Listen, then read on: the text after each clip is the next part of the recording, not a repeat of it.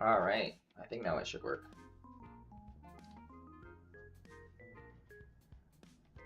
What a rookie, am I right? I started stream and didn't connect it to the right thing, so it just started on like an unnamed thing instead of starting on the event I set up previously. Let's see it.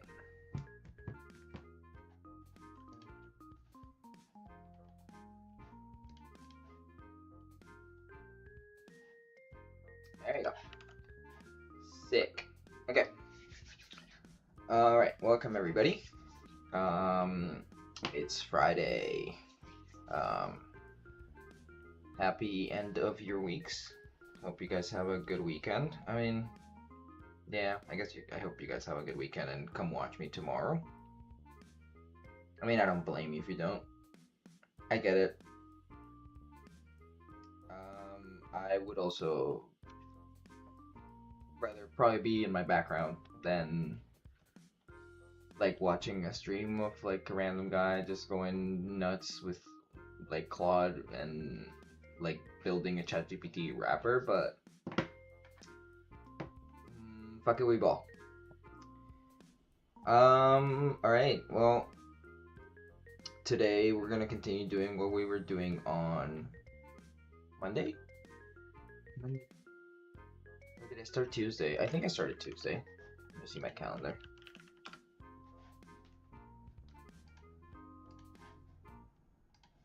I started Tuesday. So I started my first stream was Tuesday at 6. So Tuesday we were building our AI section parser, and we successfully did that.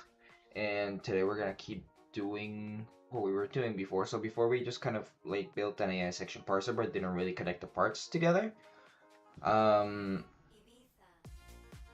we're gonna like connect the parts. So we're gonna chunk the PDF and then feed that into the section parser, and then feed that into the chunker. And then if we get time, we can start looking into setting up a vector DB for a RAG. But let's do things in order. All right, stuff about life. Oof. I don't know if I said this yesterday, but for work I had to learn how the algorithm for chess works, so that was fun. I mean, I like ended up finding that it's just a logistic regression, and it's really interesting because you can like the guy that I watched a video about it to learn.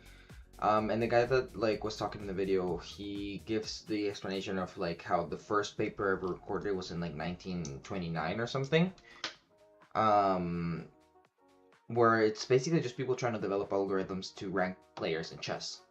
And so the first guy like came up with this algorithm, and then there's like a couple other guys that replicated the algorithm, not knowing that this paper already existed. And so these guys like did like their own developments of the algorithm, but like they ended up like building on the same thing. It ended up being the same thing. And then the cherry on top was that none of them are inventing anything different. Like it all ends up being like a logistic regression that was invented like 50, 60 years before. So really, I don't know if that happens as frequently now in like today's world where like research is publicly available, so you can see if somebody has researched the stuff that you have been researching. Um, but like there were a lot of people that just were researching the same thing over and over in the years instead of using the previous results. So like imagine if they all had known that they could have just applied logistic regression or machine learning techniques to chess ratings instead of creating their own algorithm or coming up with their own algorithm that was already invented like 50, 60, 100 years ago. Um, which trying to connect it to this project, it might be like a good thing about this project. I mean, not about finding research that looks like yours, but about like checking through like a chatbot interface if somebody has said the same if somebody has found things similar to what you're saying. It could be helpful in that way, just like putting a bunch of literature in there and then just querying through it.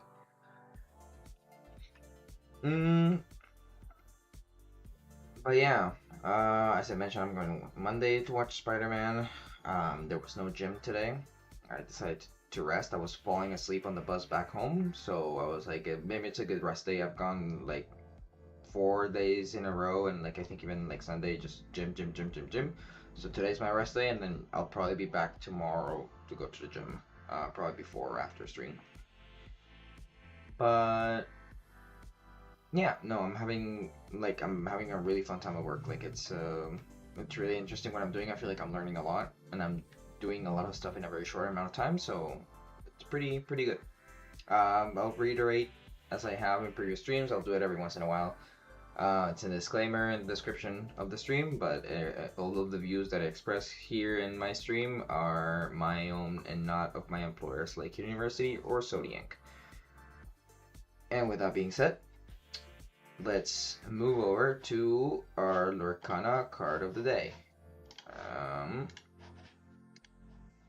Switch here, click there. All right. Ooh, this is the old legendary symbol. Anyway, so our Lorcana card of the day is Lady Tremaine, Bitterly Jealous. It's a storyborn villain. It has 3 strength, 3 willpower. It's 6 cost, uninkable. From set 7, that would be Arcasia's Island. Fun fact, that's the set that I started playing Lorcana.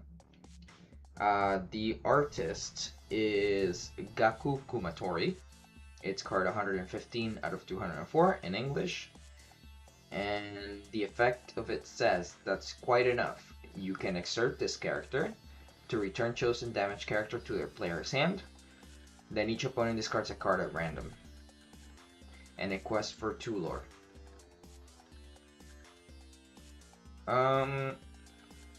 Okay, so I feel like this is a little bit of a hard card to rate because I don't know what support there was for this.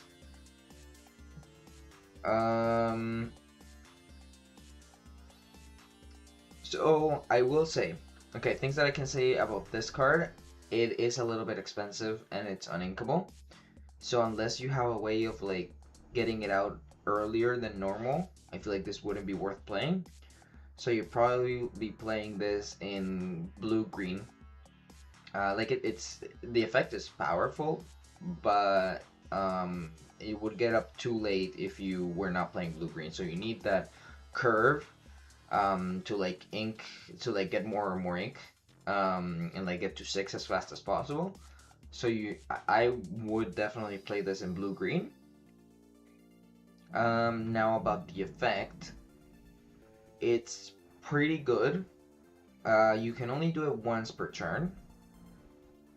So you probably want to have like multiple of these, and if you're able to get out like 2, 3 of these, then you kind of lock out the game if you're able to resolve the effects pretty frequently.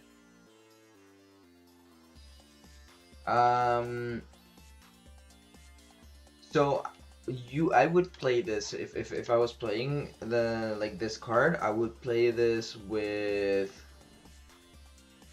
Malicious, Mean, and Scary. With this card right here, it's a 3 cost action that puts 1 damage counter on each opposing character. So that means when you play this, you can do this with any of their characters. So you can return any of their damage, any character to their player's hand, because all of them are going to be damaged. And then they discard a card at random, so which is pretty good. And so you can't sync it with this, but if you have another like 3 cost character in play, or if you have 3 ink, then this would be good.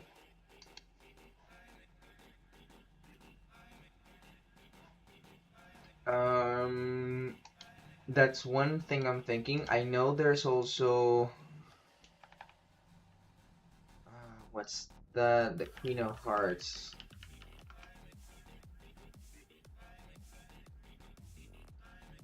There's a Queen of Hearts where every this one.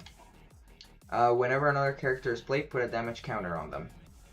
So if you play this, but you have to play green-red, which in this case, then I would recommend not playing this at all because it's too expensive.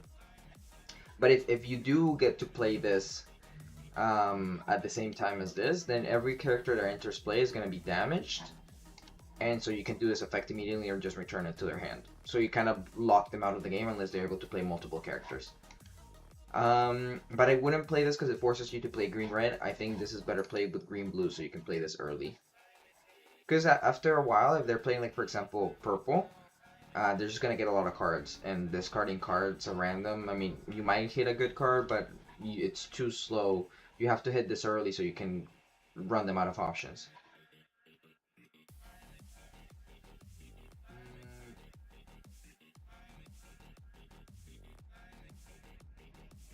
Maybe we play with this. When you play this character, deal 1 damage to chosen that. No, because it has to be damaged already. I think Malicious Being is scary. Put 1 damage counter. Damage counter. You could play with Mosquito Bite. Let's see, with green blue. You could play with Mosquito Bite.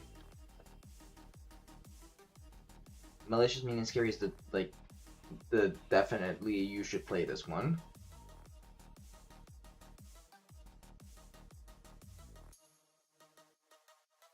Okay, this could be pretty good, I guess, if you're playing like damage counter stuff, but it's from set 4, so it's not available anymore. You could play with this.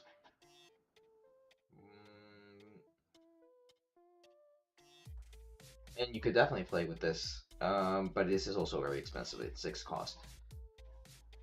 Okay, that's what I would say about that. Like, it's the effect is pretty good. It's very expensive, so you're gonna want to play something to ramp to get more ink and play it early, and run your opponent out of cards through discarding. And there used to be better ways to do this before. Like before, there was this card that just discarded their entire hand.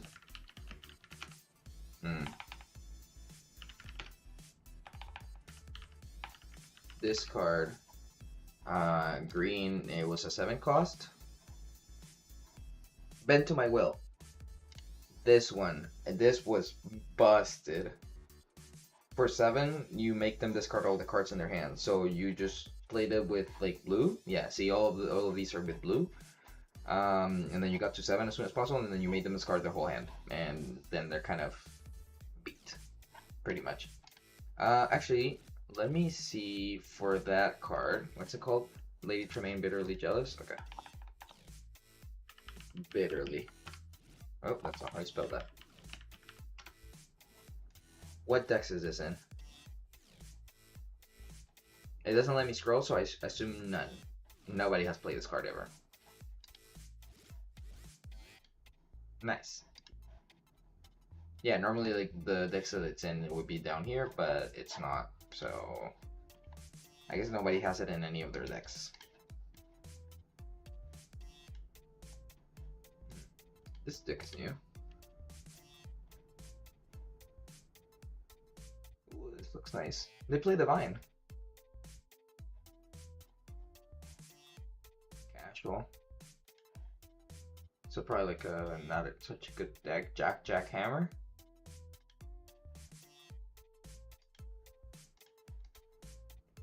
Okay, I think I played this. Yeah, I played this one definitely. It's kind of fun, but also this guy says 78% win rate, which good for him. But I played it and it wasn't super consistent. Anyway, let's get into the project. Oh, it's in WSL, so we're gonna go with WSL.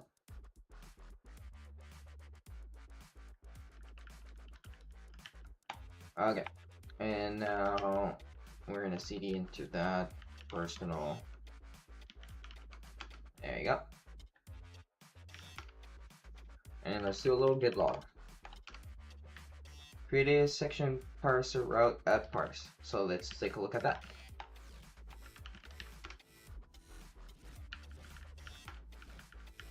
API. Okay, I need to fix my Rosalind. I don't know how I'm gonna do it, but like I need to fix this because I'm like See, that doesn't work. So Rosslyn is not showing definitions in Vim. Must be.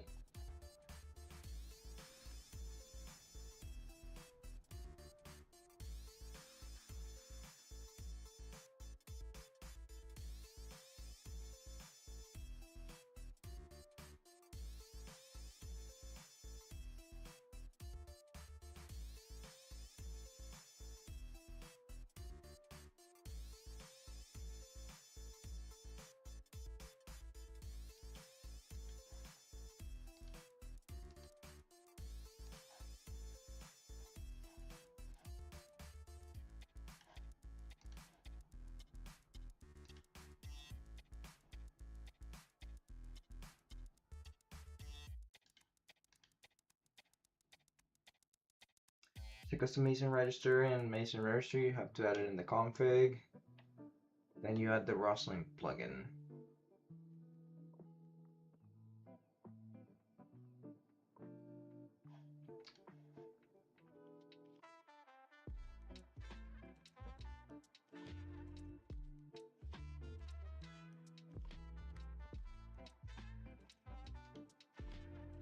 Okay, let's see. I think I did this, but why is it? This is a little bit too close for my preference. I think I'm gonna make it a little bit smaller. So I have that, and then Mason registry. For our Mason setup registries, that Mason setup.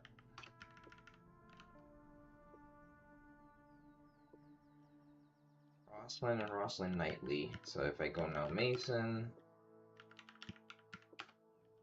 update, I guess let's update all of them.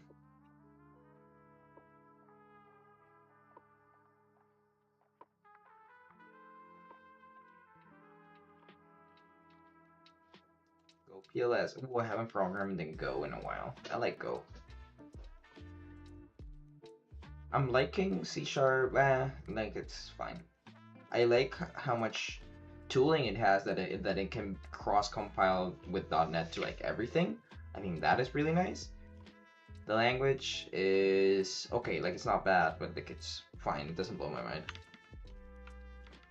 Okay, let's try Rosslyn again. Let's see if it actually updated. It did. And now if we go to API, multiple potential target files, use Rosslyn target to select a target.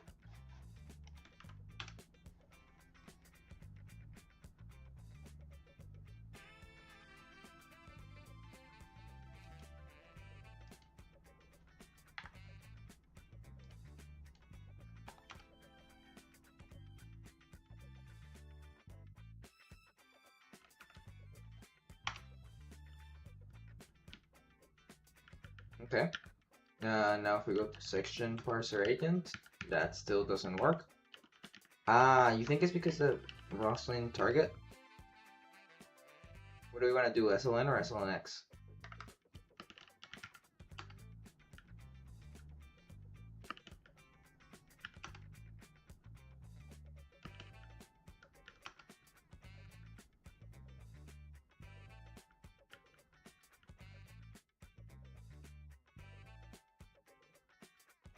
I don't know what this means. Well, let's see. If I go to API and then I go Rosslyn target, and then let's pick the SLNX, which I think is the most clear. It resets the server, and then it says attempt to call field refresh. Fine.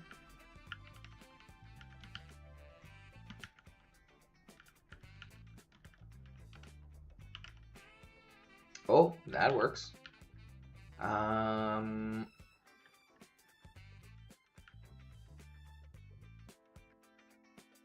What can I test? Okay, let's test from body. Oh, okay, it works. So it's will that happen every time I open this project? Yes, it will. So let's remove prod. What's the name? Remove lit rag.sln.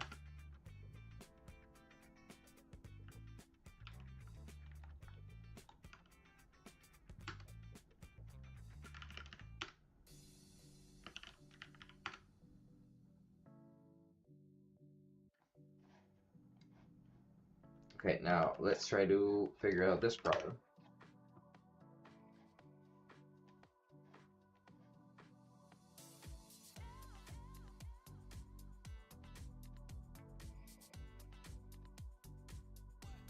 Lazy update Roslyn.envim. Okay, lazy. Go to Roslyn. Go to update.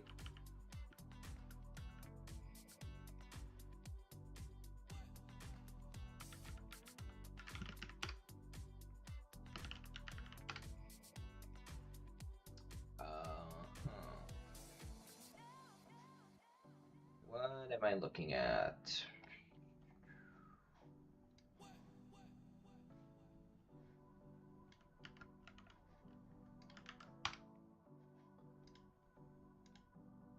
gotta remove the quotes. See if I actually get AI. Okay. You know what? Let's put this in quad.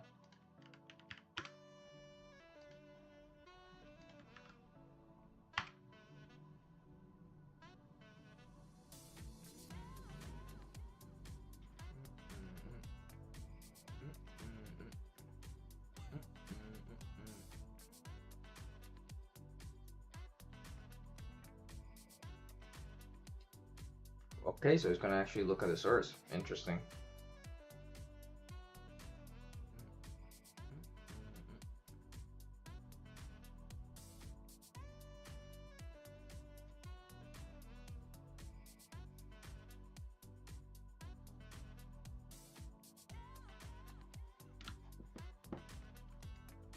Okay, so do this. Lacy clean Roslyn Vim.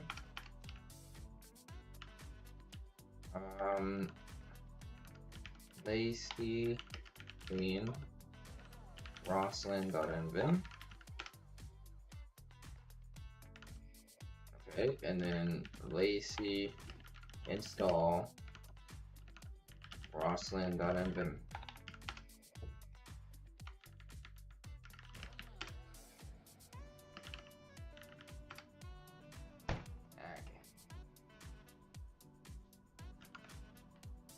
Check your log file.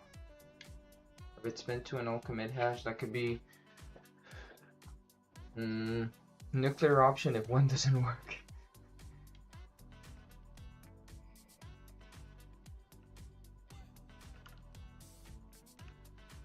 Okay. Let's do this. I don't know what minus A2 means.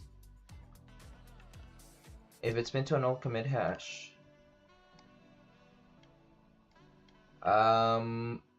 Okay, well, let's go to Roslyn.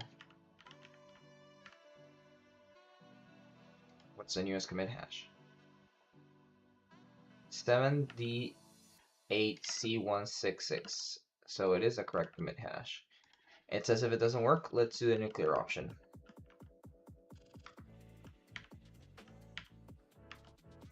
Nope.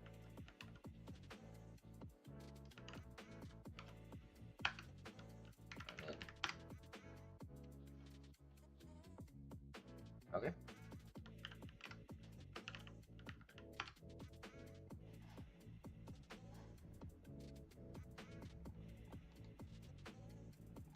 Okay, actually, let me.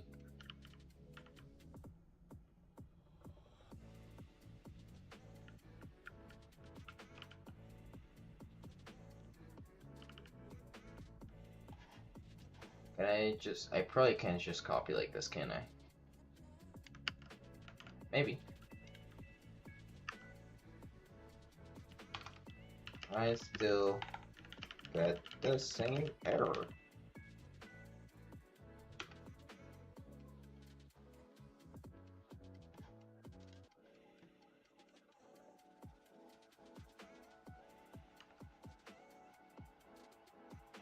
Yeah, so it doesn't pull up the whole thing.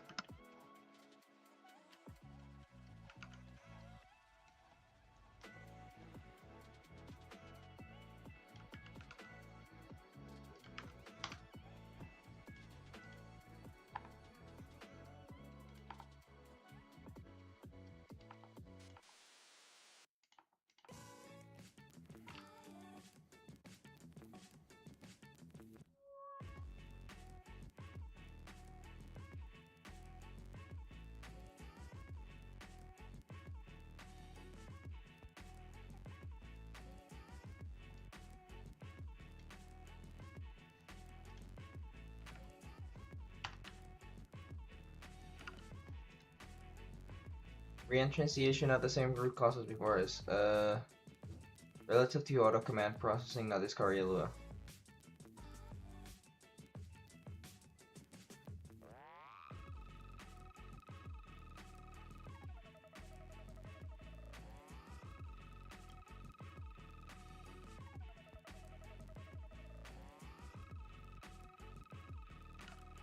Okay, so it says it's something with my config.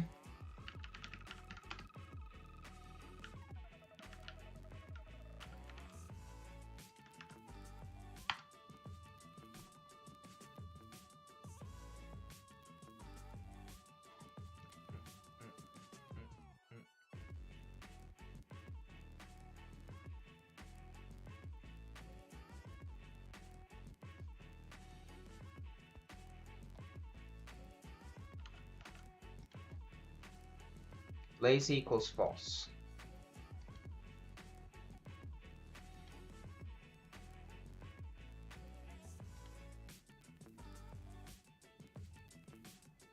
Okay, so instead of doing this, we do lazy equals false. I should like push the configuration I have at work into my GitHub config thing.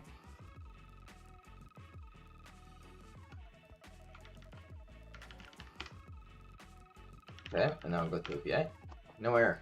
Okay, and like these actually, like if I remove them,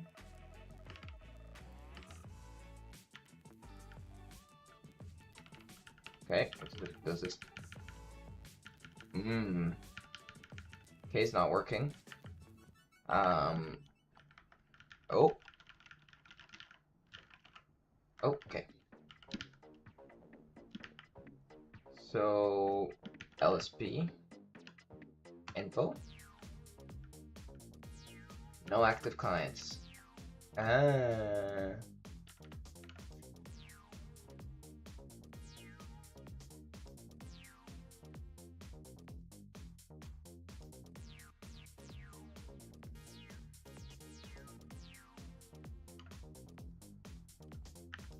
I mean, I did reload it, but let's lazy sync.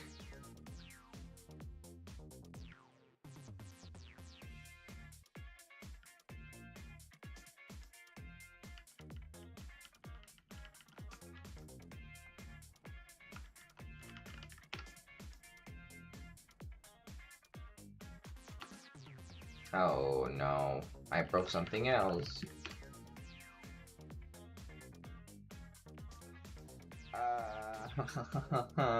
Okay.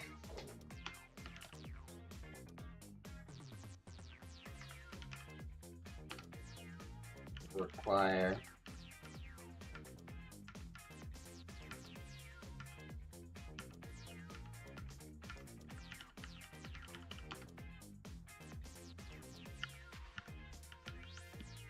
Okay, you know what? Let me copy what it says here. And also, what version of NeoVim is this? Because I know I updated it on my at work to V12. Oh my god, okay.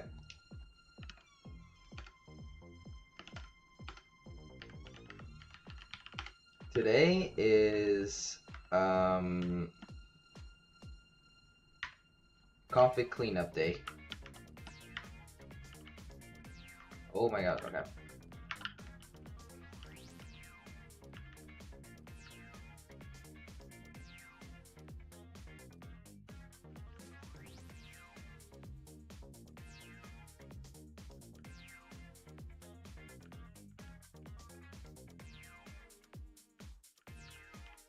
I copy this whole thing, and then this is my config. Don't you hate fixing NeoVim issues? Because I do. I should have just gone with like there's like I don't know what they're called. Um, like distributions. There's distributions. That's what they're called. Of NeoVim that come with already everything set up.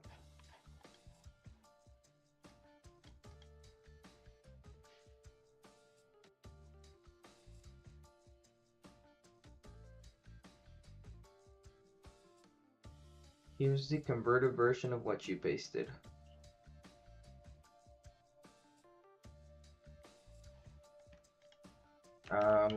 What do I need to remove and add?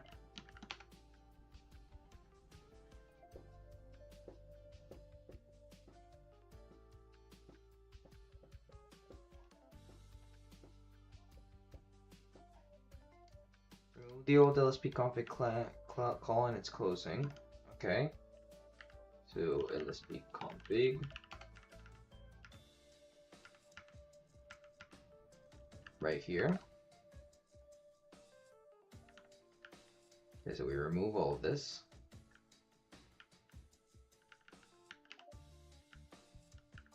And then we got this.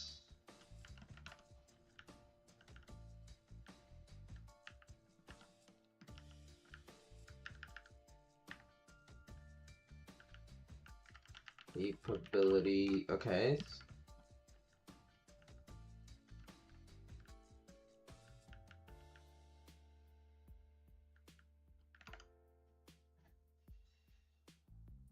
Next, I need to finish this properly. The Mason LSP config setup block. Confirm your NeoVim version.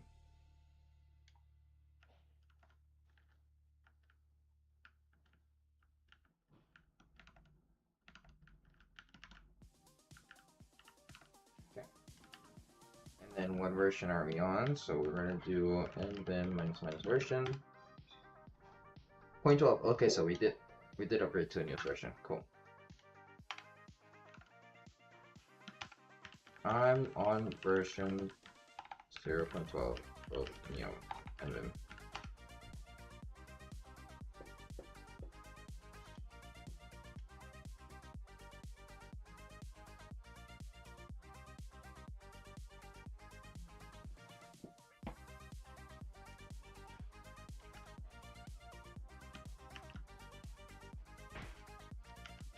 Copy that, and then go here, and then so remove that block. I'll remove it in a second. We're gonna first do this, format it, and then remove that.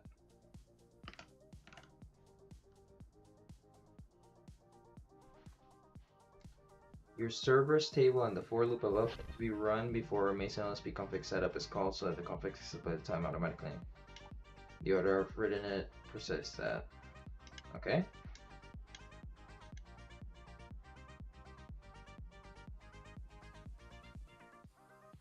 If so, you don't need to add it here too. Just make sure Pyrite and Lua automatic enable.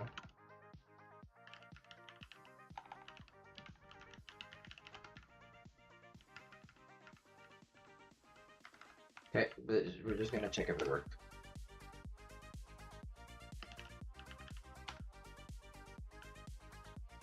Okay. So far, so good.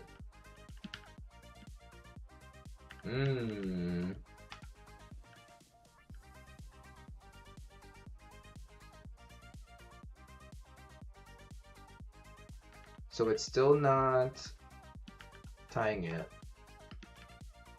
And then emit language server this. Do I really need that? I guess.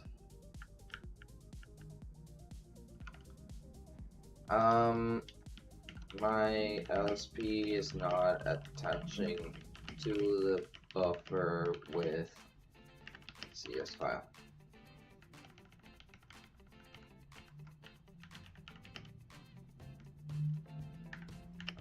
which is why I think I have that FT line.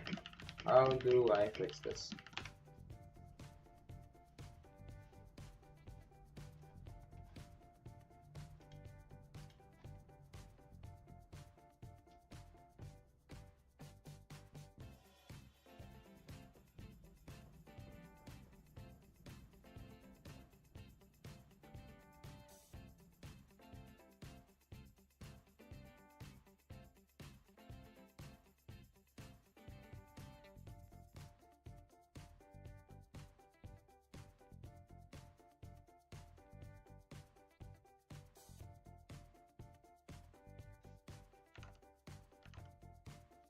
Check Hill Vim LSB. Okay.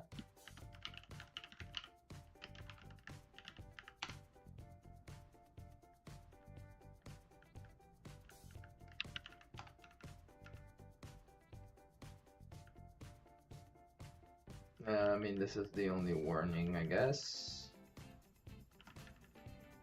Okay.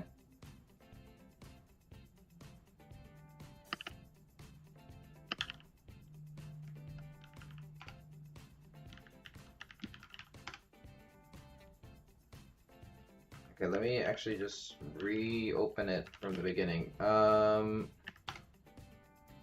to API program.cs, and then if I do LSP info, I'll do that.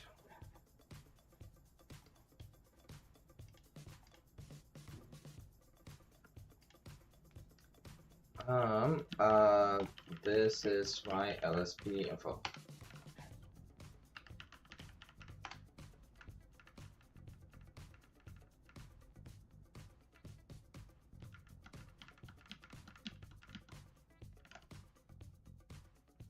Processing shows up enabled. And the right file types.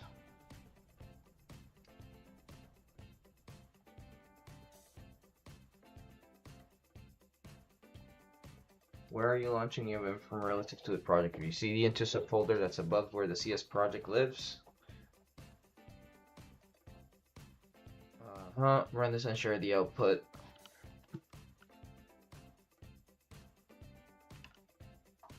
Well, I'm running it from root. Where I have this SLNX file.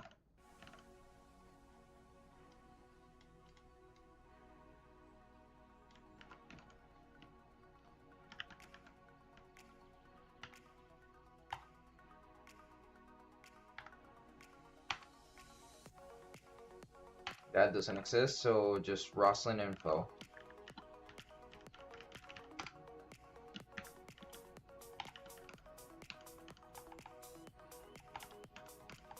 Oh.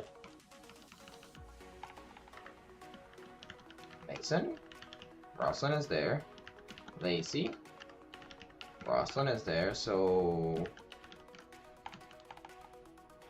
I was able to do it before.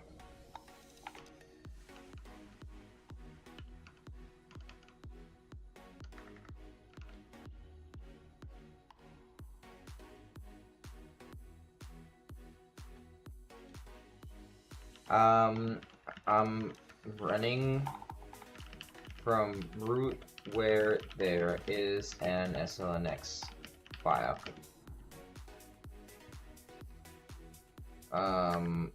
Lua that and Roslyn info are not available.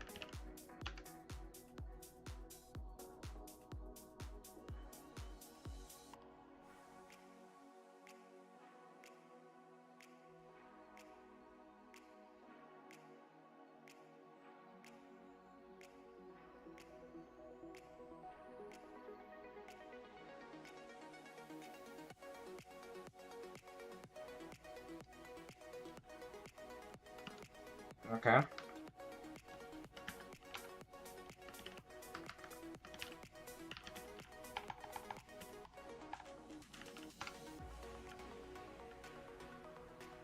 Oh no, I'm not even getting highlighting. 1 second. What? Okay. Oh, that's nice.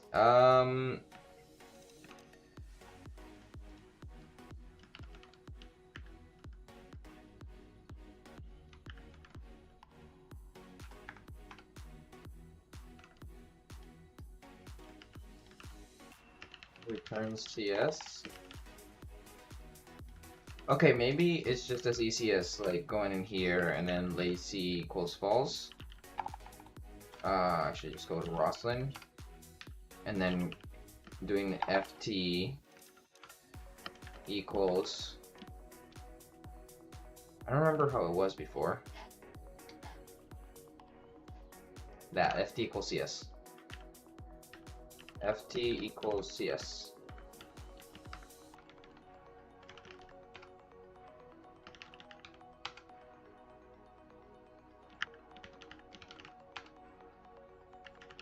No active clients. Try it again in this case. Okay.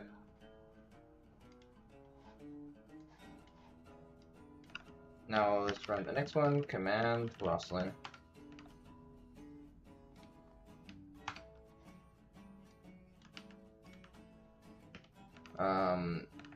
No user.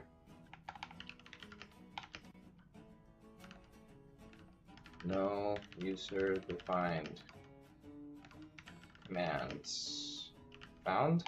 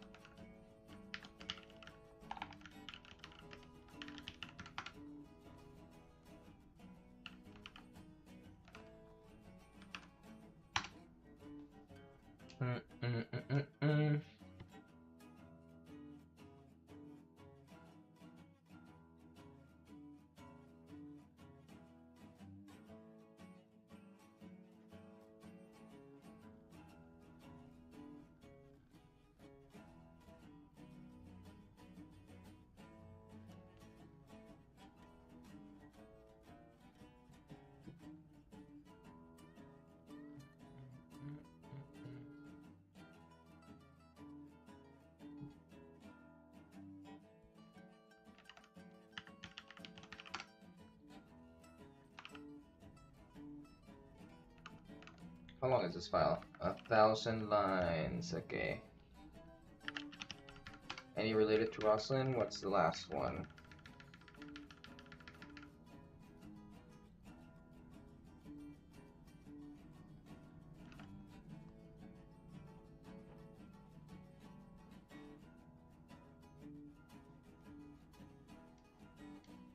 Scroll for anything mentioned discovery Lua, root dir, or .cs. Sorry, discovery does not exist. Root dir doesn't exist. .cs.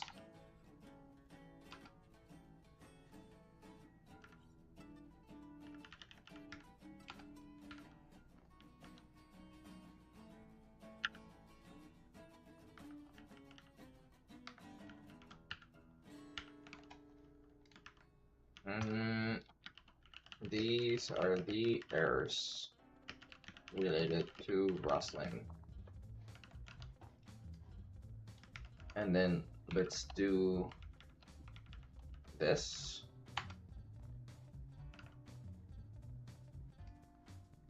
Files on refactor.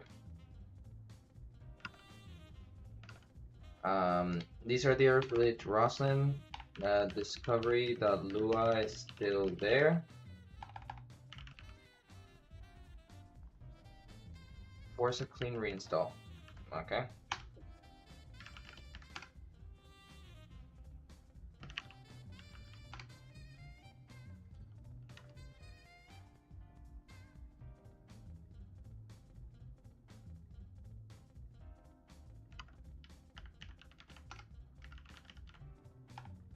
It says Roslyn is still there. Okay, let me. Oh. There you go. Now it installs it again. And then we go to API. Okay. I mean, it could be working. Nope.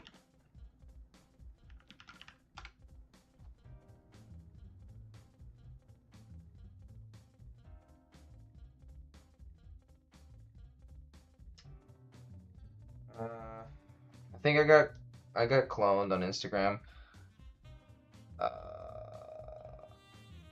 That's annoying. I have like 4 people sending me that like, oh, is this a fake account? I think I can deal with this after stream. I'm probably gonna keep getting ah.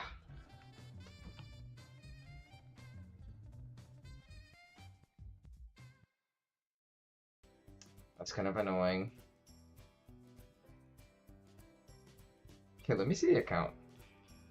It doesn't even. Oh, there's 7 people following it. Um,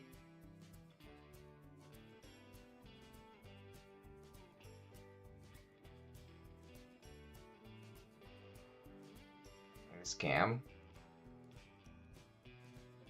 I don't think there's anybody on stream right now, but I'm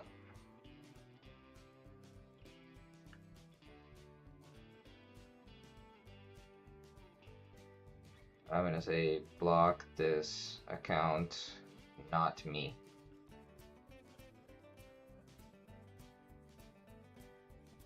I feel like this is what happens when you make your profile public. This is not me.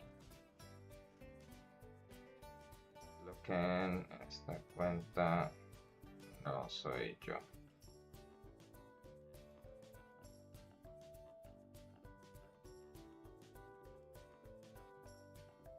Alright, well, that's gonna be my handling it. I blocked it. Well, I reported it. Now let me reply to 2 messages.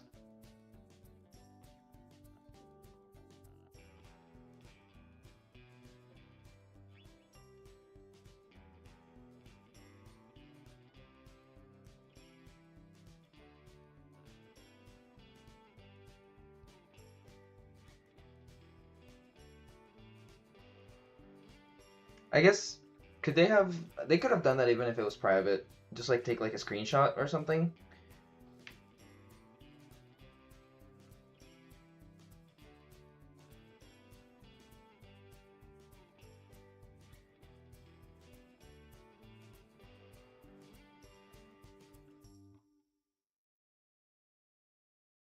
Um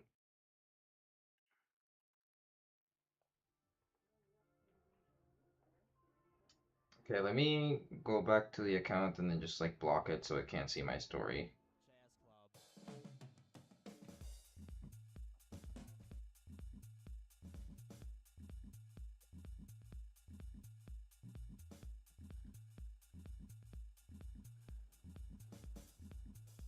Oh, I can't see it anymore.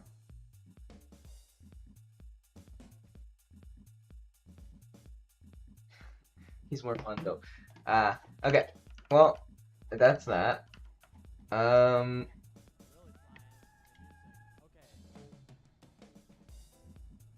Discovery Lure is still there. And then what was the other thing?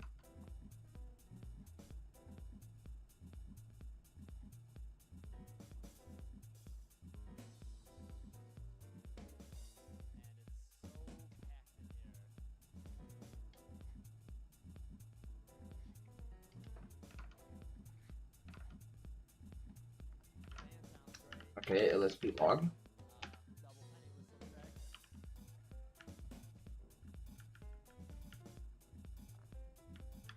23, that's a little while ago. Discovery Lure is still there. I forced reinstall and the LSP isn't attaching.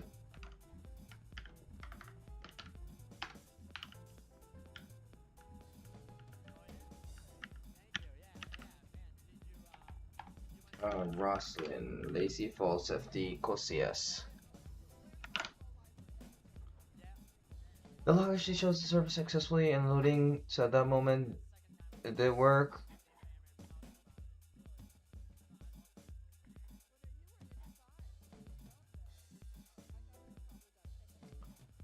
I already did this.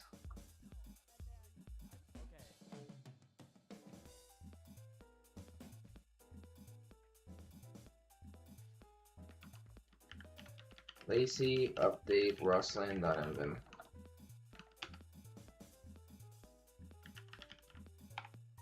It's already up to date.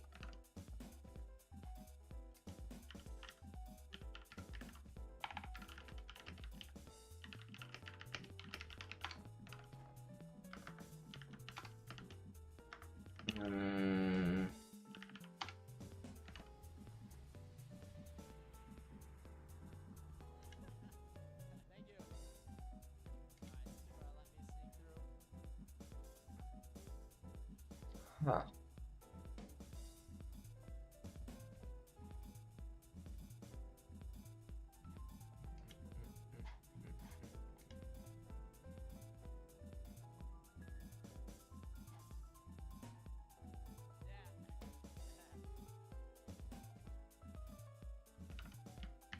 Version 0.12. Paste just the first line to confirm the exact build. Okay.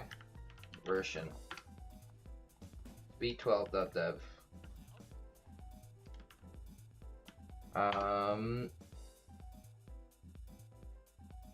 Reopen SES file and then wait a few seconds and run that. Also run splog and check the array end of the file. Okay.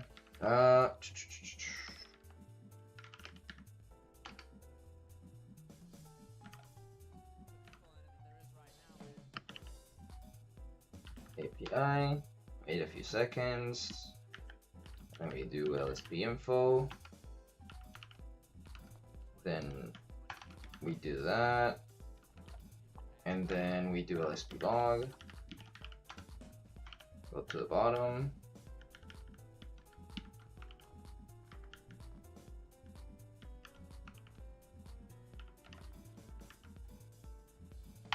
sure.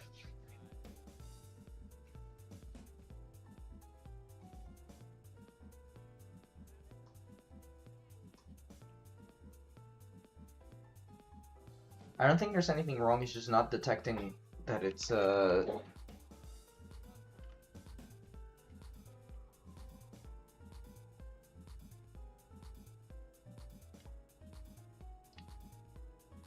brother. Okay.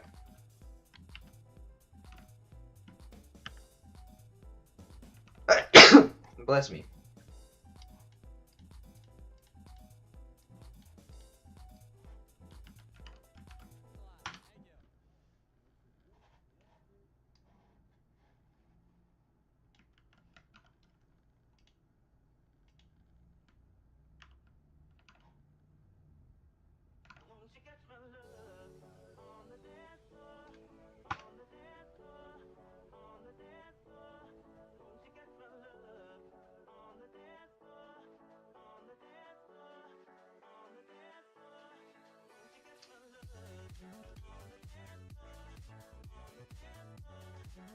The built-in Lua IPA table on Vim not require module the correct version. Oh my god.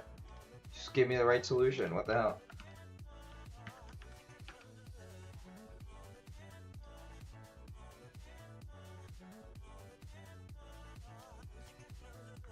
Okay.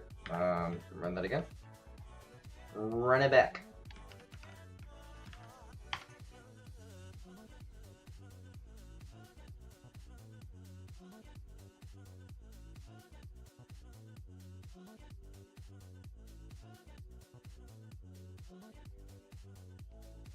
Oh my god, you're making me confirm more stuff. Okay.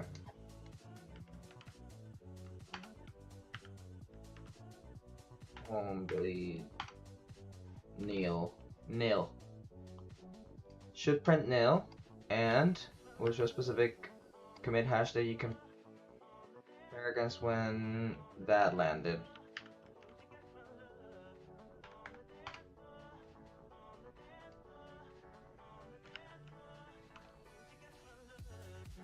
Two ways to fix it.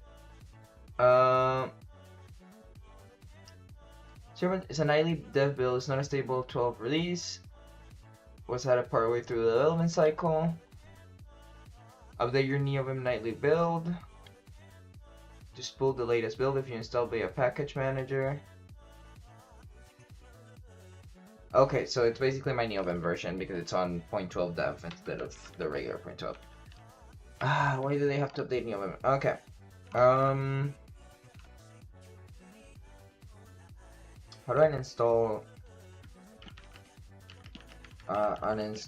and reinstall the newest version of NeoVim?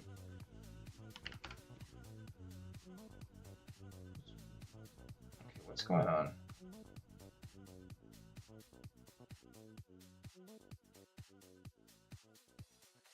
Well, the account was removed, so that's good. And now I'm getting followed by a moose. Okay. I don't know how I originally started. I'm not sure. It's on the visa.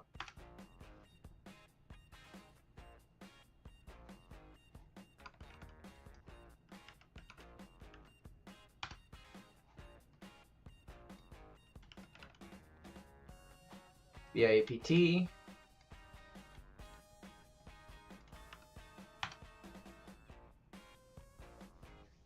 Bum, bum, bum, bum.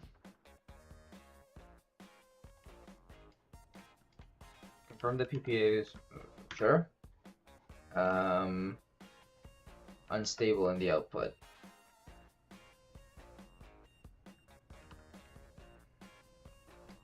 PPA launchpad content. NeoVim PPA unstable. Yeah, it's right there. Sudo apt update, sudo upgrade NeoVim. Oh, no, I'm typing the wrong password.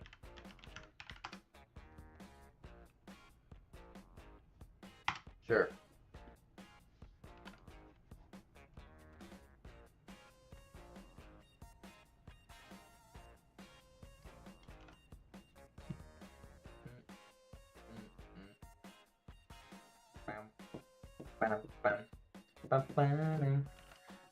What's a good way to build, like, to reinstall NeoVim in like multiple machines and with all my plugins and everything? Maybe like just have a Docker container I can pull and then run from there, but like running from a Docker container every time I want to run NeoVim, it's gonna bring problems most likely. Because I have to change it from like where I'm work. Well, I have work WSL and work Windows. Then I have home WSL and home Windows. And then I have my laptop WSL and laptop Windows. So I have to update it in 6 different things.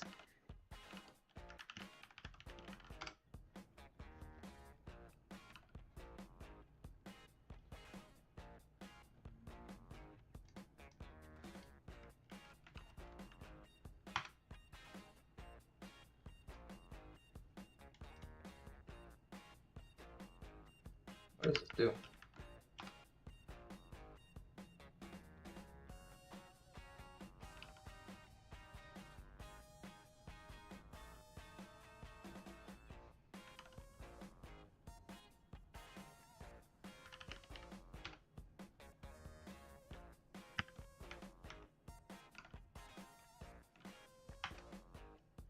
Nail. Um,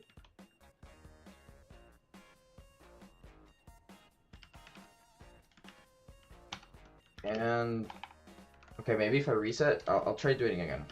Okay, let's reset, and then let me do this.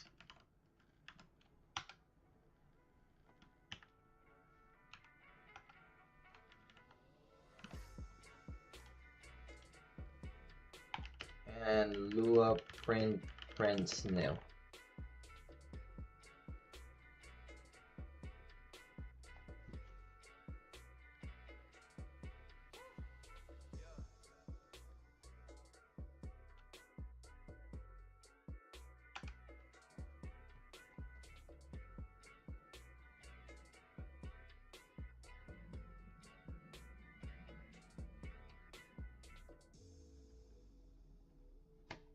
Okay, Okay, I'm done. Let's go to like the actual NeoVim thing, which I think I did this at work recently. Um, just show me how to uninstall NeoVim, and I'll reinstall it using the tar.js file in the official repo.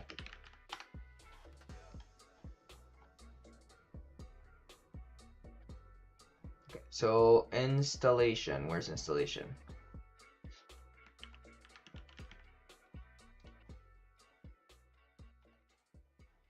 Okay, and now let's look up Ubuntu.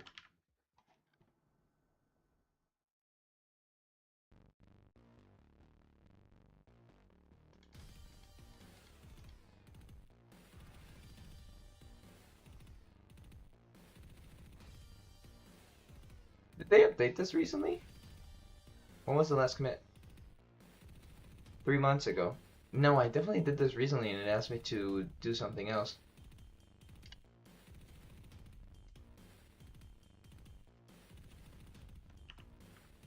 Um, NeoVim.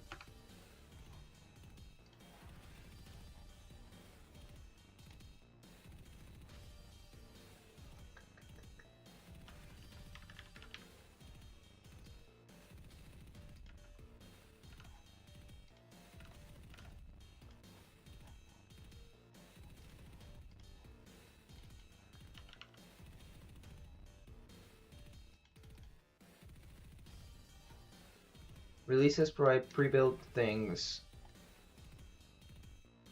Okay.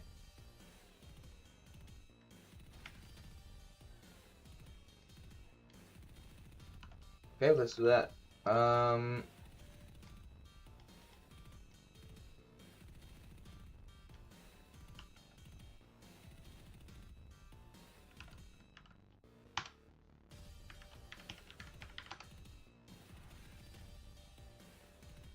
Okay. What do you mean removing Golang?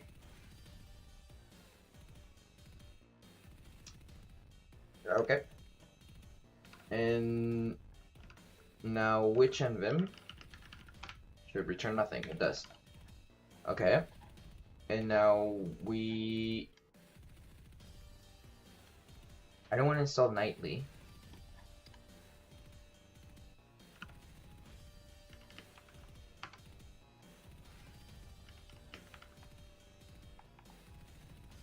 Let's just do it from here. And let's do that. There's no way it finished.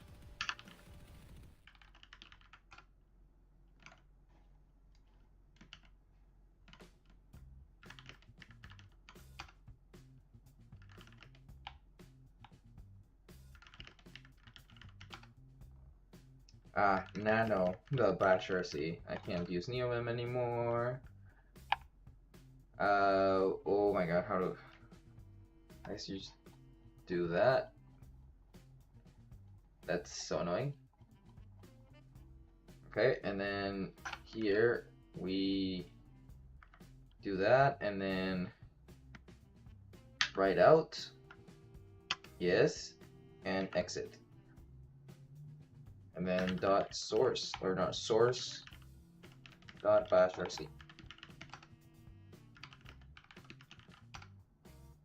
Okay, 0.12.4. Now we open NeoVim.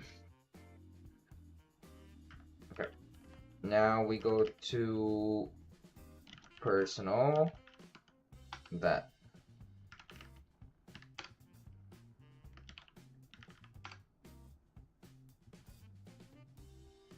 Okay.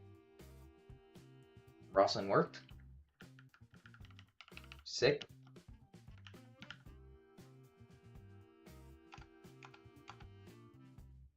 Okay, try that again. Okay, we're gonna reopen it and try that.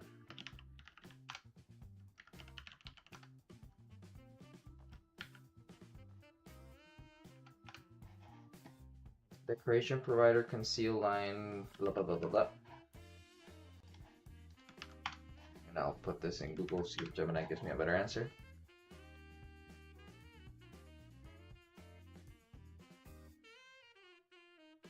Now I have to do the tree sitter thing again.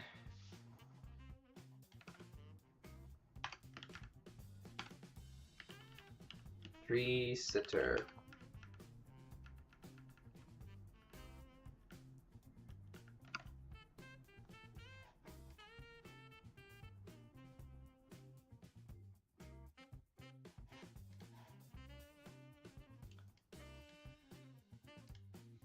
Ensure this is explicit. Okay. And Vim tree sitter and Vim tree sitter. Okay. And now we do here branch equals main. Build TS update. Install the tree sitter CLI. Okay. We do that.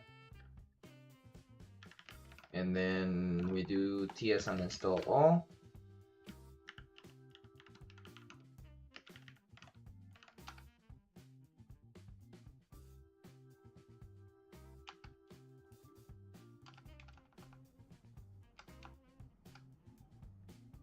Okay, and now we do TS update. Whoop. All cursors are up to date.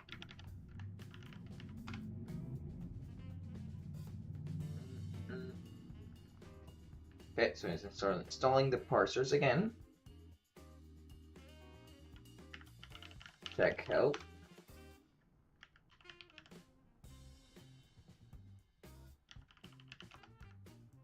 Okay. Tree sitter seems fine for the most part.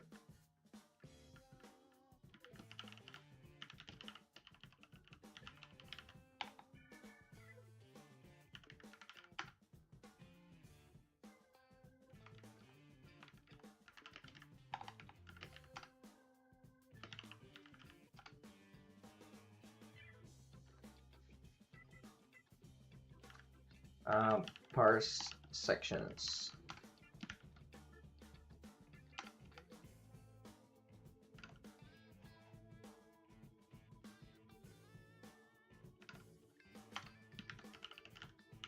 Check health and Vim tree sitter. No health check found for Vim tree sitter plugin.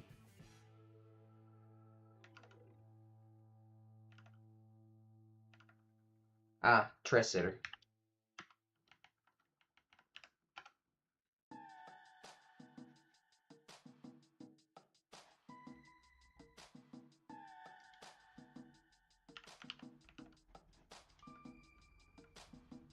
I'm using lazy.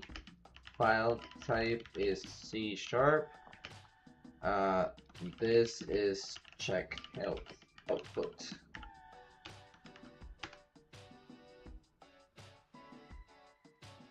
Well, today's stream is kind of a wash. Hi, my partner. Hey, how's it going? I don't know why I gave you an accent. That was kind of racist.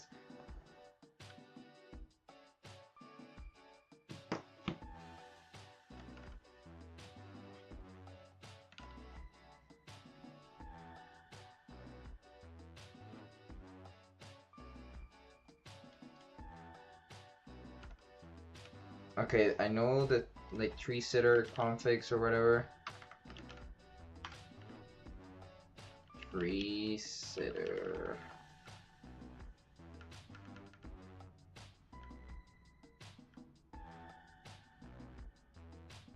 I know that had a problem. I just don't remember how to fix it. Okay, do we think maybe I think let's quit. Exit. Do we think maybe I fix this in my Windows version? Actually, nvim minus version. I'm still on 0.11, so probably not.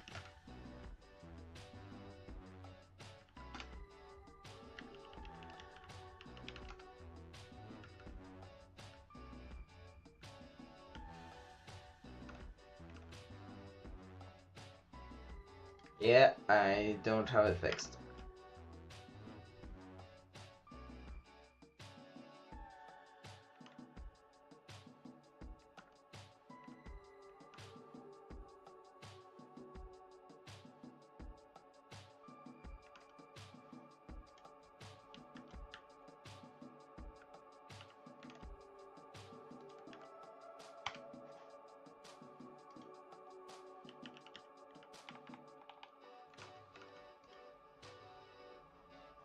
Decoration provider. Let's try to look up the same thing.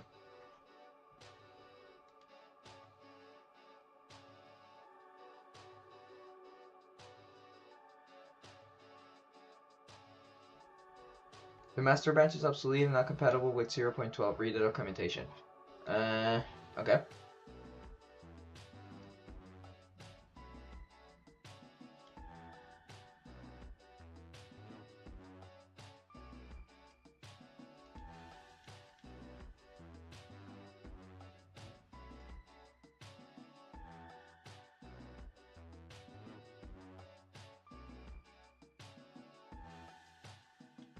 Lacy false equals and then that TS update.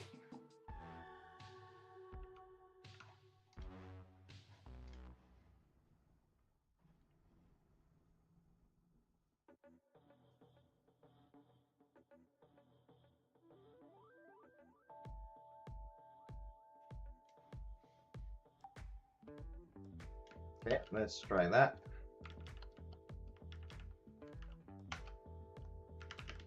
Fresh install.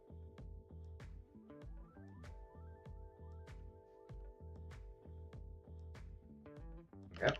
Now let's go to API. Not here. API.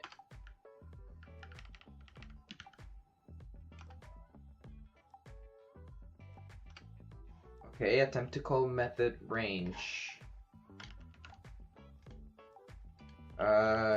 Tree sitter conceal line attempt to call method range.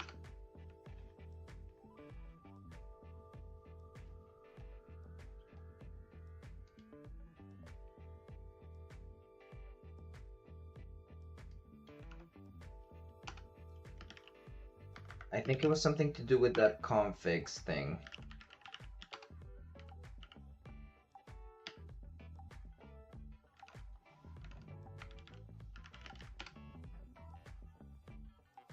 No config. Okay.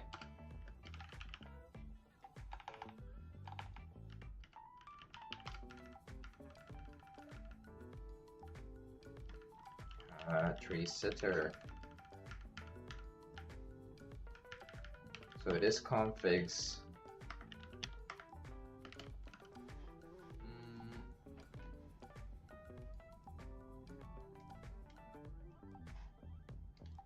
Somehow I never get this right. I should know how to fix it already because I've fixed it like 3 times, I swear to God. Okay.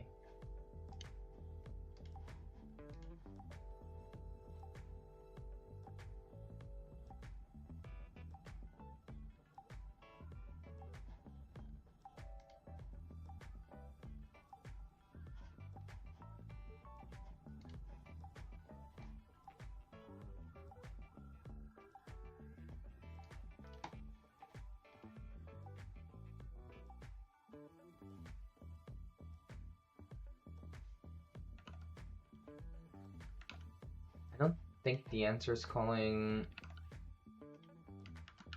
Okay, so let me just copy this whole thing and then say look at the current version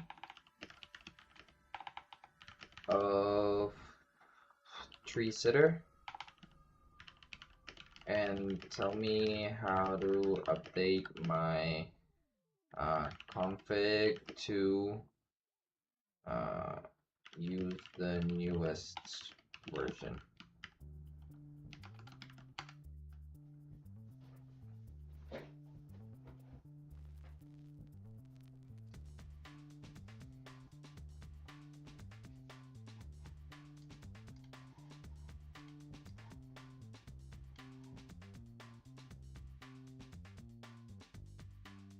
Start from scratch is a more low-level plugin that requires more knowledge about Neobium considering.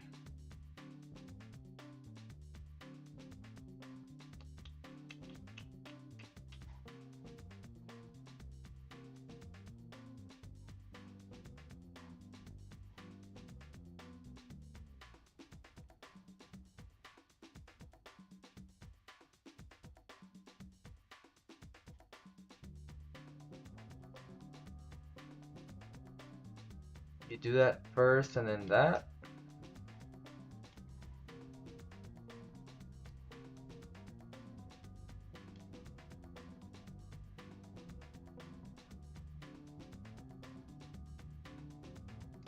It says replace your whole block with this. Let's listen to the Weiss AI.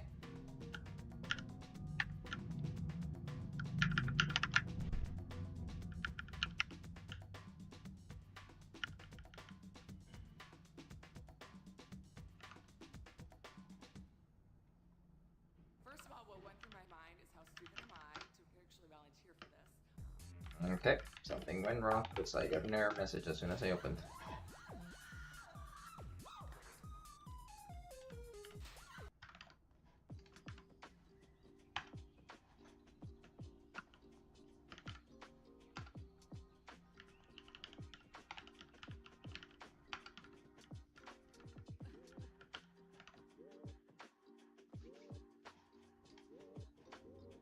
Or this no longer variant to head installation influence that require MV. Custom parser.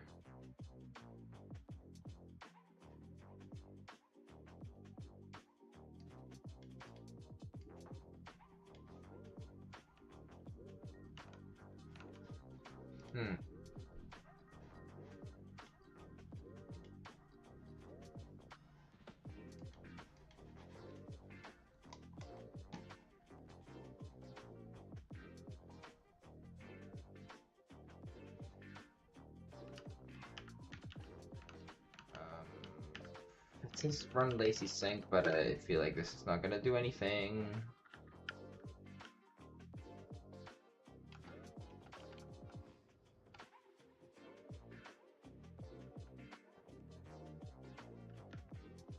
Oh, it actually did update it, surprisingly.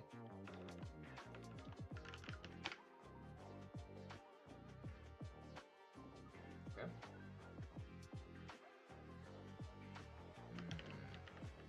Oh, I got an error.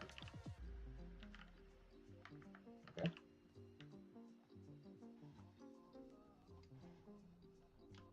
Okay, now we get that.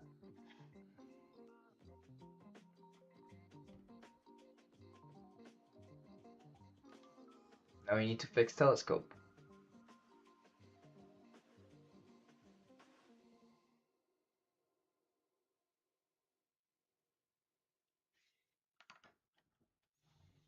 Okay, let's just go here for now.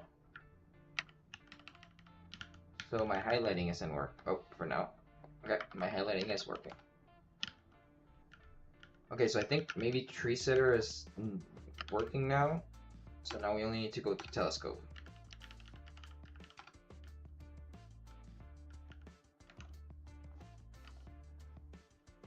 Ah, so this is the thing. Branch master.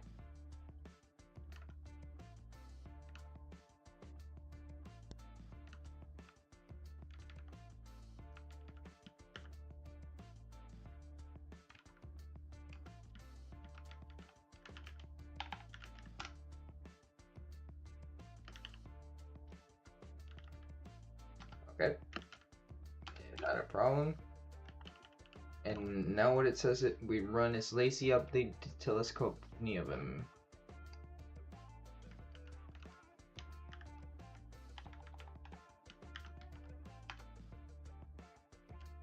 Okay, now we close, we open. That works.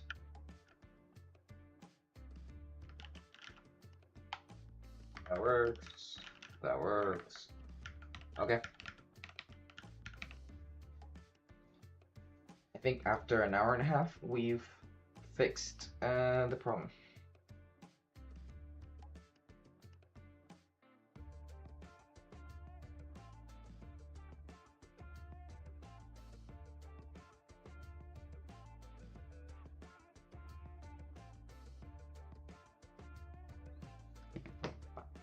Bam, bam, bam. Okay, well, let's try half an hour to like connect the components, and I'll leave the vector database for next time. Home.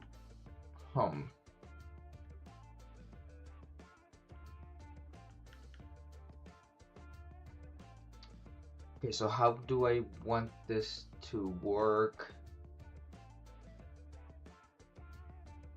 How do I want this to work? Okay, so right now, parse, what does it do? It gets a post request with a body that parses that text, right? It gets all of the PDF text as a string.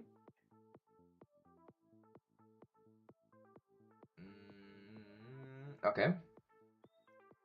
And then what does it do? It gets all the PDF text as a string, and then it parses it into sections. It gives you the sections.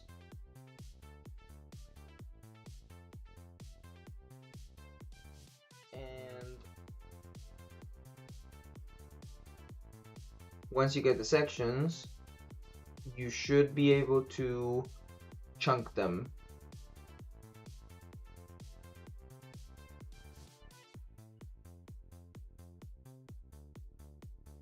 Should I have all of those routes separated?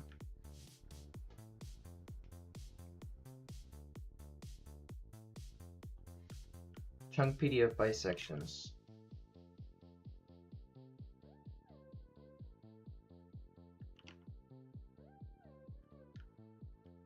So I don't think we need this function anymore.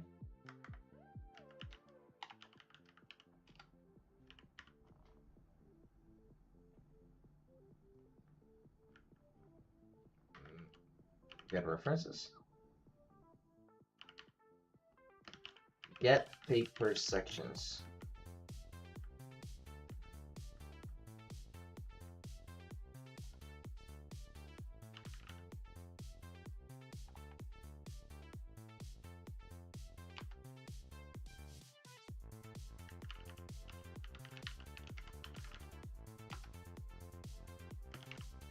Get paper sections. There's only the one thing, so let's delete this function because nothing uses it. Okay. Get paper section words. Okay. Get paper section words. Good. Look up all the references.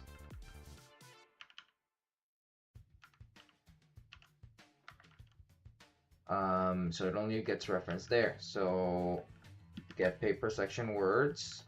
I'm gonna remove chunk PDF by sections.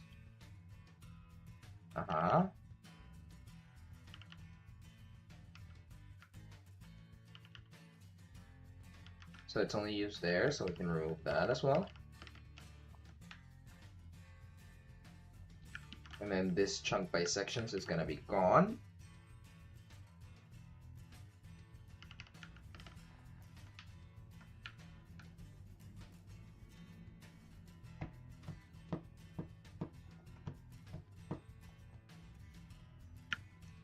Chunk PDF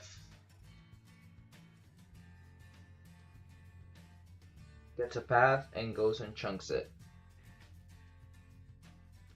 Read PDF reads the PDF. Then we have this whole thing.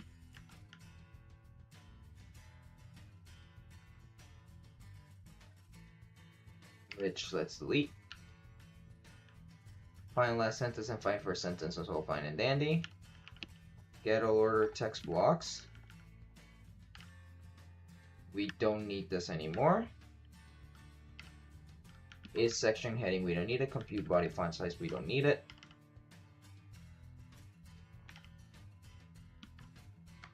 It says using directive is unnecessary. Let's remove all of those. Okay, now we have only those two. So we removed a little bit of an extra wording we had everywhere.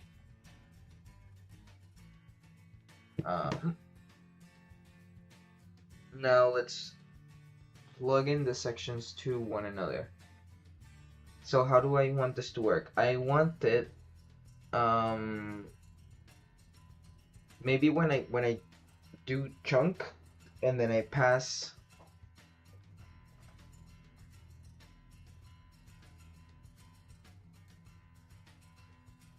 Okay, so the whole point of this backend is we're gonna receive some files, and those files are gonna get chunked, and then they're gonna get put in the vector DB. So for now, I think the only thing we care about, I'm not gonna write the logic to like actually pass in files yet, like upload files and stuff. And perhaps we should start building the front end for this app. But let me think. For now, maybe like when we route to chunk and then we pass it, we're just gonna keep working with the same file. When we do chunk, it's just gonna chunk that PDF file. It's gonna go separate into section, chunk each section, and then return the PDF file. Okay. So so we have chunk PDF, find last sentence, find first sentence, chunk words. And then we have the section parser agent. So we should have like a chunk by section thing here. Let's go back to our API.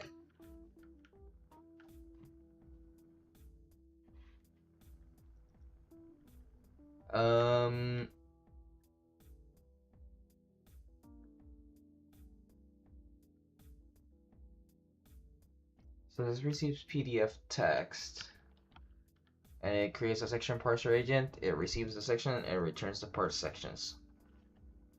Let's see it in action, just for a second. .NET run -- project, source librag API.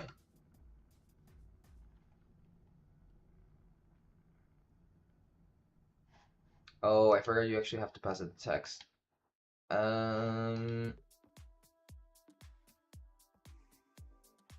Okay. Localhost.pdf. Why are my eyes so itchy? Okay, so these are the first 500 words. What does PDF return right now?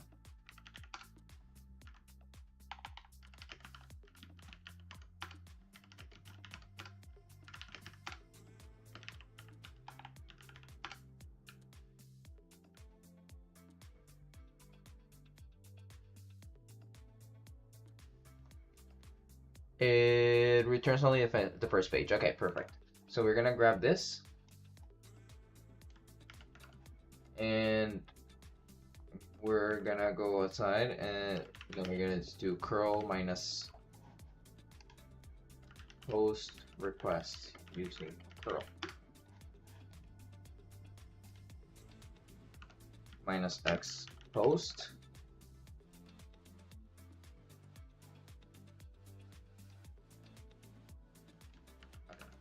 Let's paste that.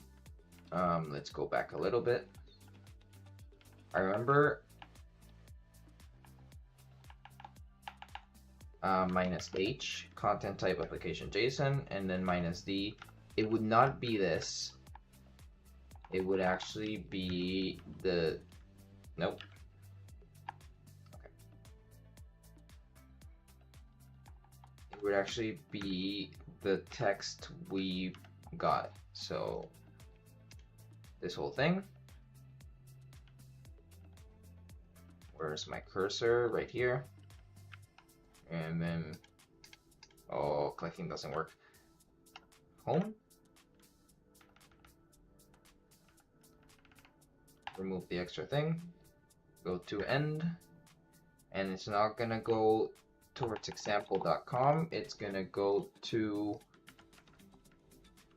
this, not that PDF slash PDF, but slash it's not chunk, is it? Parse? Near token.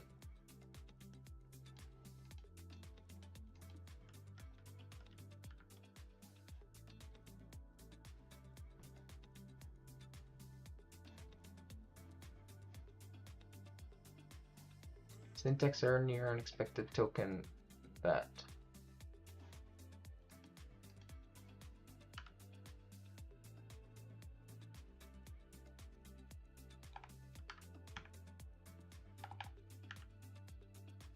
No, I meant to try to find that. We only have 2 of them.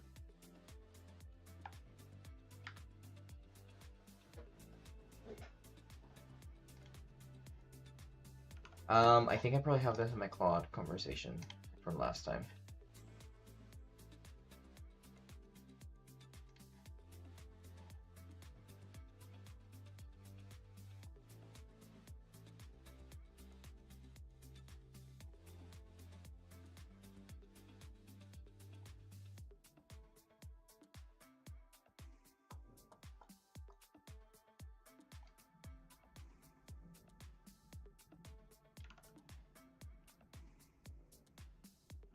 That's 5278 parse. That's what I have.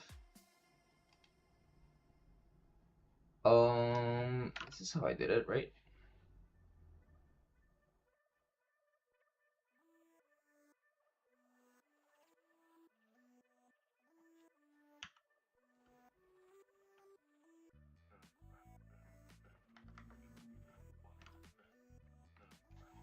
Okay, let's try this again.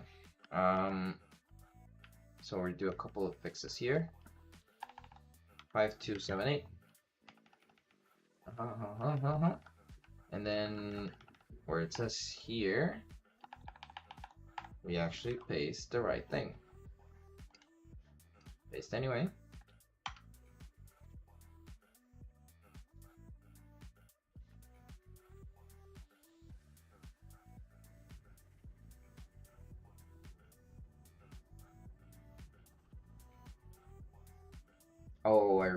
Oh, this runs. Yeah, this runs my local AI. So LM Studio should be going crazy right now.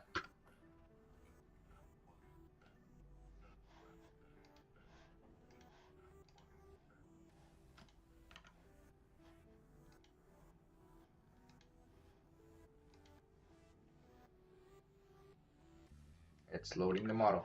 Okay. So I know how we're gonna modify it for now. We're not gonna kill the service.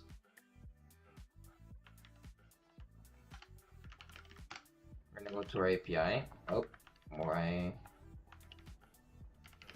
WSL.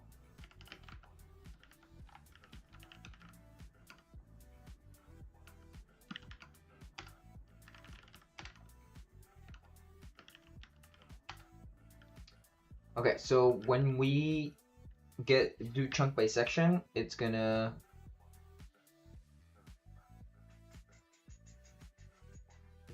it gets a PDF and then it chunks it. So here, before chunking it, before that happens, we are going to separate it into sections. So let's do that. And this has to be an async. So that's fine.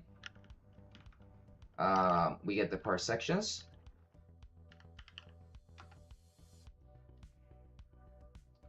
PDF text is a string with the whole document, basically. So before we do this,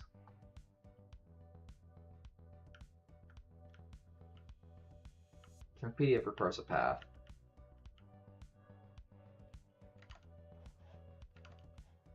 Did this return? Yes, it did. Okay. So we're gonna update the routes in a second. Let's go to chunk PDF for a second.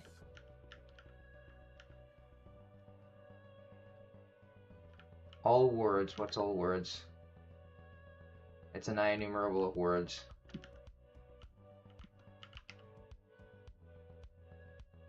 So we should give it an enumerable of words, which we can't really do because parse sections is returns a task of agent response.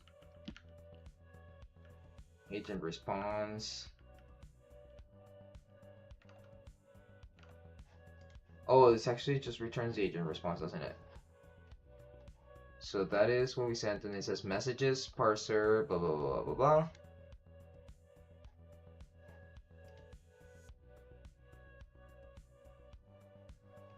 Okay, I need to visualize this a little bit easier. What if we change everything to just use strings? And then if we hit some sort of impediment at some point, then we change it.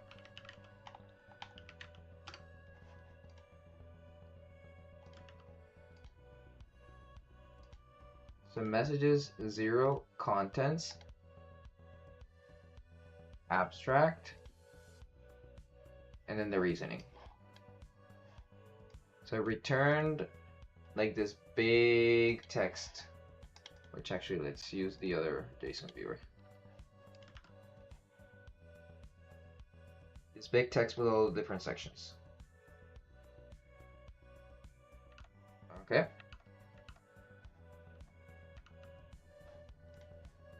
So we are going to...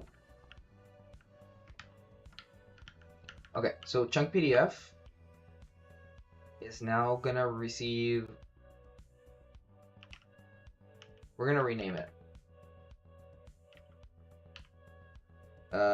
Chunk text is gonna receive a string text. And instead of opening this and getting the words, we're gonna pass the text into chunk words.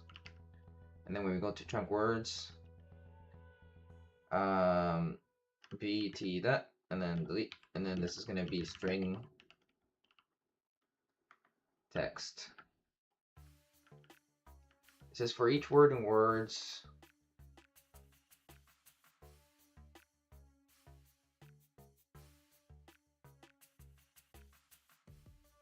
so the nice thing about that was that it gave us the boundaries for words already.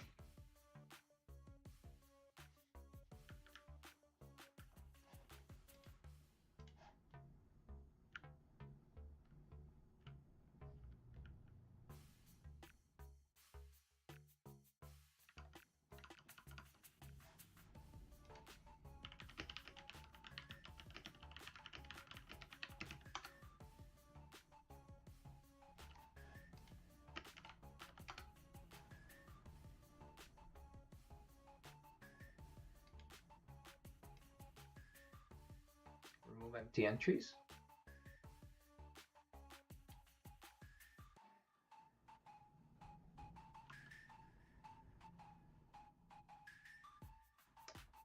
Okay, let me actually just keep that way.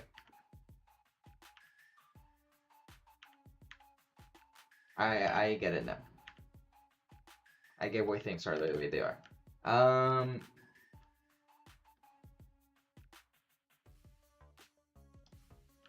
Okay, so we need to pass it a list to an enumerable of words.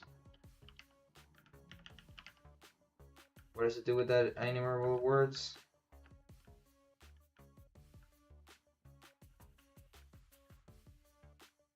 It goes over it, and then it does some stuff with it. Okay, so how do we pass it an enumerable of words? Is a list an enumerable?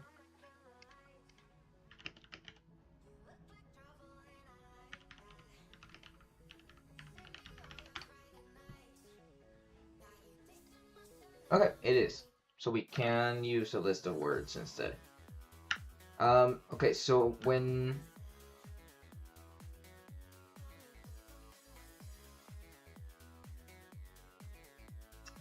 well, that still means we have to parse the response from the LLM and convert it into a list of words instead of a string.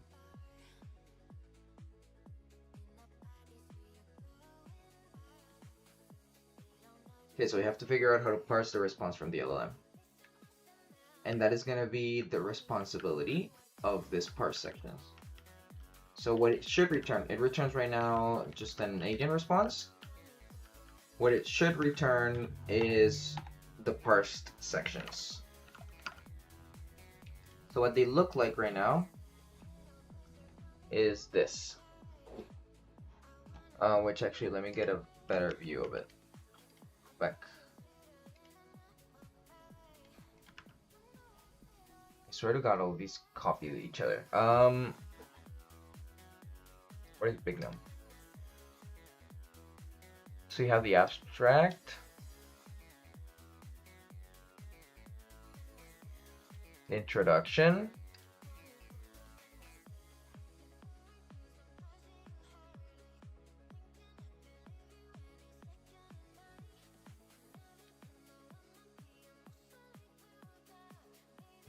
the abstract and introduction. Okay. And then unclassified. Okay. And actually, let me look up unclassified.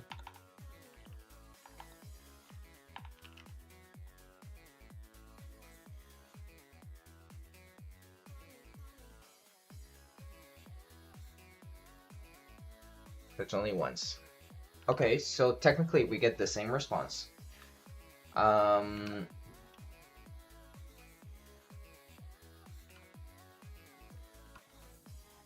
I'm gonna actually get some help from Claude here.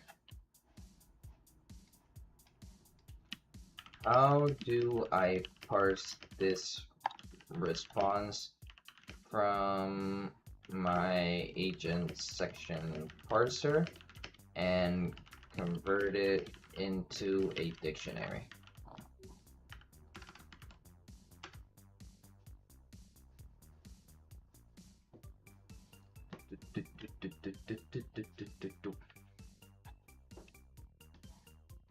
List of messages, blah blah blah blah. Raw JSON equals respond.text. Okay. If you need to navigate it manually, no text shortcut, or you want to be explicit when grabbing only text type content.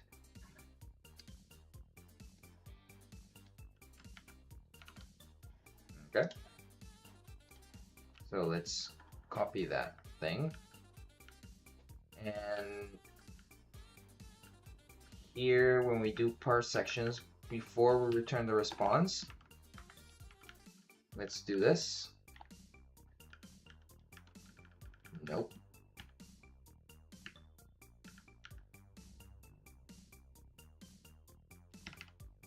Okay, remove that.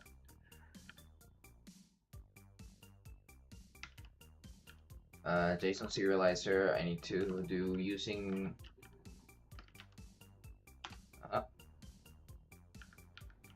and then sections. So here we're gonna return a dictionary of string, which are gonna be our sections.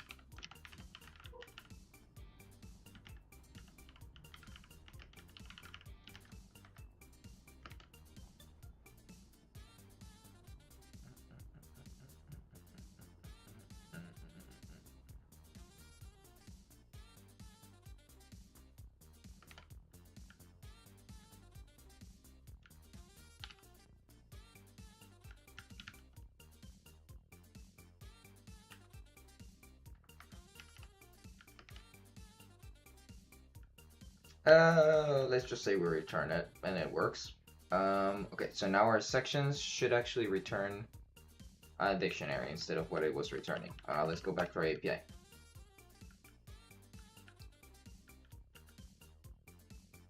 So up there we do parse sections and we return those parse sections.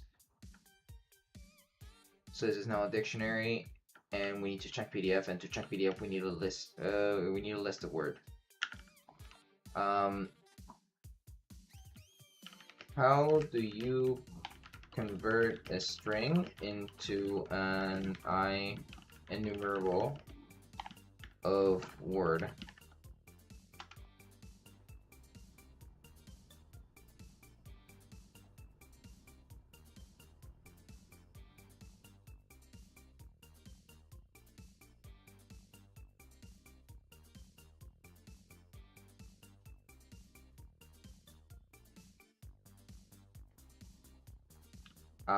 Word is PDF pig definition of word.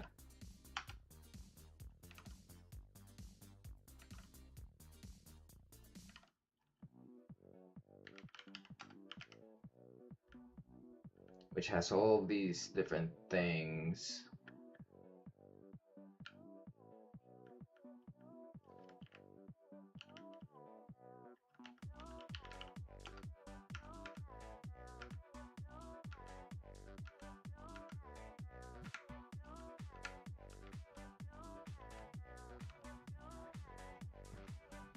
Content word is a plain data holder you can construct from a string. It's a collection of letter objects carrying its own glyph geometry. A word that needs positional data you can sense.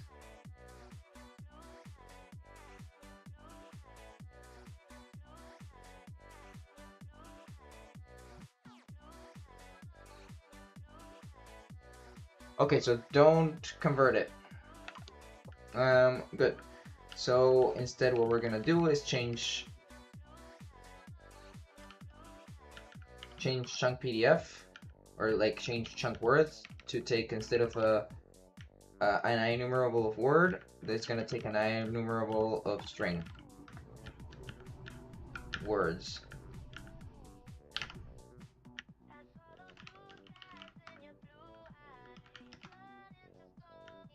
And then this is gonna be string.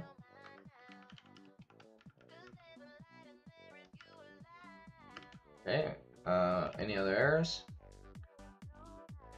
Find last sentence. String. String. So per word is just that.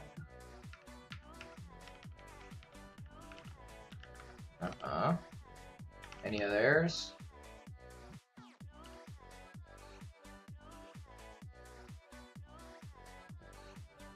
Find last sentence dot select w text. I don't think I need to do this. I think we can just do that. And same with this.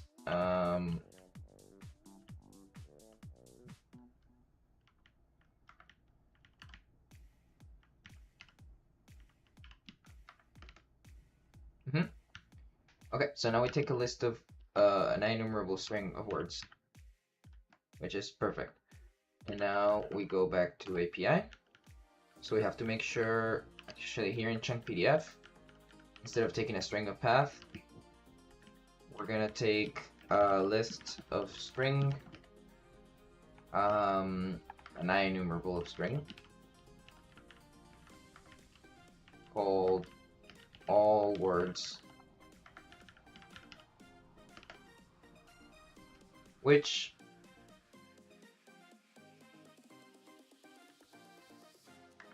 I guess if we're doing that, then we can just call chunk words directly.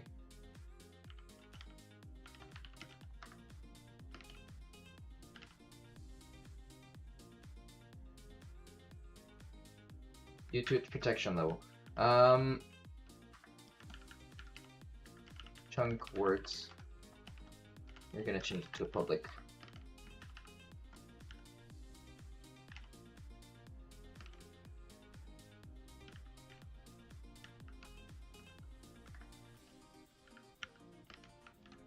Let me reload.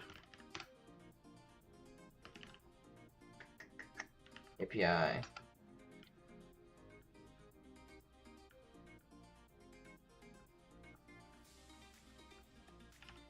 And so now the only problem is path is not that thing.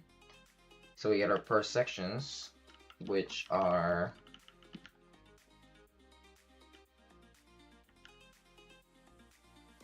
dictionary of string string.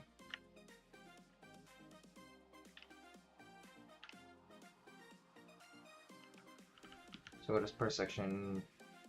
Takes the raw text.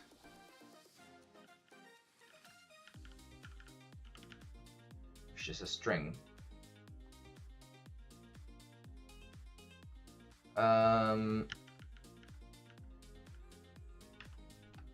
So we need to actually read the file and get all the raw text and then divide it into sections.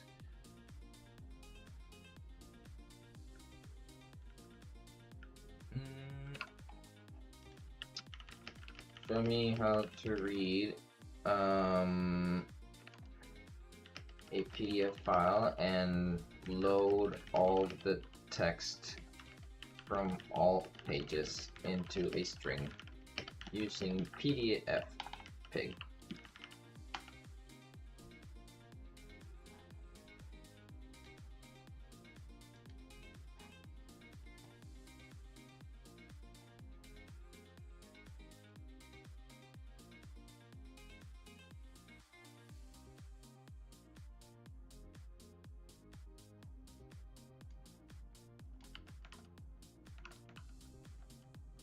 Okay, so let's paste that in here.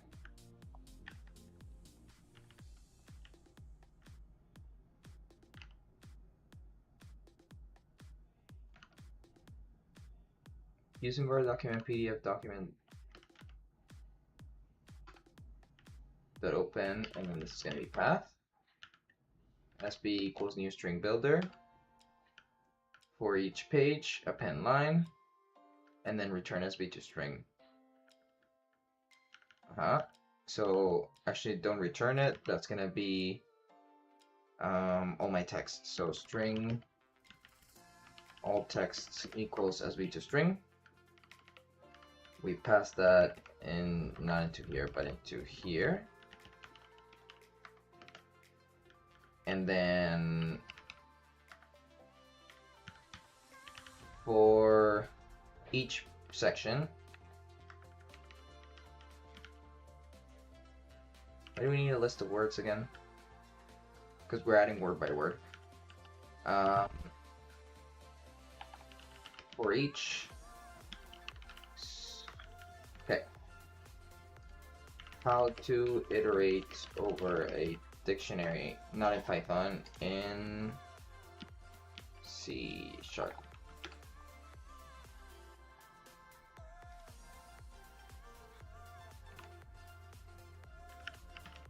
For each var, section text